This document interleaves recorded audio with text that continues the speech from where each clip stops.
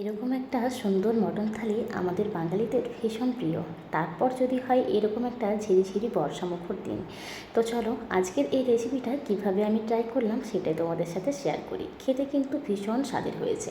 আর যেরকম কিন্তু মাংসটা সুসিদ্ধ হয়েছিল। হঠাৎ করে এটা সেদিনকে বানিয়েছিলাম মেয়ের আবদারে, তাই ভাবলাম তোমাদের সাথে শেয়ার করি। একদম কোনো রকম কোনো ঝামেলা ছাড়াই একদম কম উপকরণ দিয়েই আমি এটা বানাচ্ছি। প্রথমে এখানে মাংসটাকে সুন্দর করে ধুয়ে পরিষ্কার করে নিয়েছি, আর তার সাথে মাখিয়ে দিয়েছি নুন আর হলুদ। অনেকেই ম্যারিনেট করার ঝামেলায় যেতে চায় না, আবার অনেকেরই কিন্তু দই টই মাখানো এই সকল জিনিস খেতে পছন্দ নয়।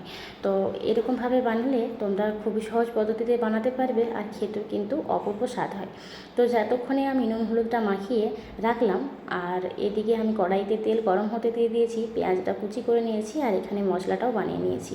মশলা হিসাবে বেশি কিছু দেবো না, পেঁয়াজ আদা লঙ্কা আর রসুন সমস্ত কিছু একসাথে পেস্ট করে নিয়েছি। তো মটনের পরিমাণ অনুযায়ী পেঁয়াজ আর তেলের পরিমাণটা দিতে হবে। কড়াইতে তেল গরম হতে দিয়ে দিয়েছিলাম। আমি যেহেতু এখানে 1 কেজি মটন নিয়েছি, সেখানে এখানে কিছুটা পরিমাণ পেঁয়াজ কুচি করে নিয়েছি আর একটু পরিমাণ তেল দিয়েছি, যাতে করে পেঁয়াজটা মাংসটা ভালোভাবে ভাজা যায় সেরকম পরিমাণ মতো তেল দিতে হবে। অতিরিক্ত বেশি কিন্তু তেল দেওয়া চলবে না, তাহলে মাংসটা খেতে ভালো লাগবে না, তেল তেলে একটা ব্যাপার চলে আসবে। তো পেঁয়াজগুলোকে এখন ভাজা হচ্ছে। পেঁয়াজগুলোকে নেড়ে চেড়ে হালকা করে ভেজে নিতে হবে প্রথমে। তারপর পরিমাণ মতন চিনি দিয়ে মাংসগুলোকে এখন দিয়ে দিচ্ছি।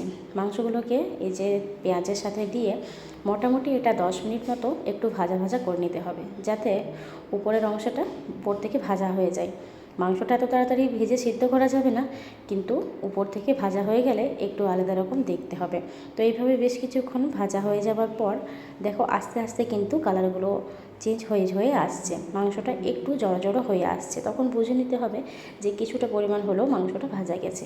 তারপর বেটে রাখা যে মশলা রয়েছে সেই মশলাটাকে এর মধ্যে দিয়ে দিতে হবে। তার সাথে দিতে হবে কিছুটা পরিমাণ কাশ্মীরি লঙ্কার গুঁড়ো। যেহেতু ছোটো বাচ্চা খাবে সেই জন্য বেশি পরিমাণে ঝাল দিচ্ছি না, তোমরা তোমাদের পরিমাণ মতন ঝাল দেবে। যদি আরও বেশি ঝাল দিতে চাও শুকনো লঙ্কার গুঁড়ো বা আরও কাঁচা চেরা লঙ্কাও তোমরা অ্যাড করতে পারো। তো সবাই মিলিয়ে জল না দিয়ে সুন্দরভাবে কষিয়ে নিচ্ছি। এখন জল দেব না, মাংসটা থেকে জল অটোমেটিক বেরিয়ে আসবে। তারপরে দিচ্ছি গরম মশলা। তো গরম মশলাটা দিলে এর মধ্যে স্বাদটা কিন্তু আরও বেশি ভালো হয়। যারা এটার পছন্দ করে না তারা চাইলে নাও দিতে পারো, কোনো সমস্যা নেই। তো দেখো কীরকমভাবে এখন মাংসটা থেকে জল বেরিয়ে আসছে, সুন্দরভাবে কষা হচ্ছে। এখন কিন্তু আমি জল দিইনি। এরপর ভালো করে নেড়ে চেড়ে কষানোর পর যখন দেখলাম একটু জলটা মরে গেছে, তখন কিন্তু আমি জল দিয়ে দিয়েছি, যাতে করে ভালো করে সেদ্ধ হয়। একদম ভর্তি ভর্তি জল দিয়ে দিয়েছি। এরপর এটাকে ঢেকে দেব। ঢেকে এখন মোটামুটি 1 ঘন্টার মতন সেদ্ধ হতে হবে। তোমরা যদি প্রেসার কুকারে দিতে চাও দিতে পারো, আমি প্রেসার কুকারে যেহেতু দিলাম না, পুরো 1 ঘন্টা মতো এটাকে সেদ্ধ হতে দিয়েছিলাম। তারপর 1 ঘন্টা পর আমি চেক করলাম, তারপর দেখলাম উপর থেকে একটা মাংস তুলে যে সেদ্ধ হয়েছে কিনা।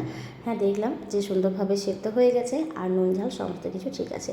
তার মানে এখন আমার রান্নাটা কমপ্লিট হয়ে গেছে। আর দেখো কতটা সুন্দর কালার এসেছে। কোনো কিছুই কিন্তু দিইনি এখানে, আমি টমেটো ইউজ করিনি, কোনো রকম ফুড কালারও দিইনি, কিছুই দিইনি, আর অতিরিক্ত পরিমাণে লঙ্কাও দিইনি। যেমন সুন্দর কালারটা হয়েছে তেমন সুন্দর খেতেও হয়েছে। তো চলো আজকের মতন এই পর্যন্তই। তোমরাও চাইলে এইভাবে ট্রাই করে দেখতে পারো। সকলকে অনেক অনেক ভালোবাসা, শুভ দুপুরের শুভেচ্ছা।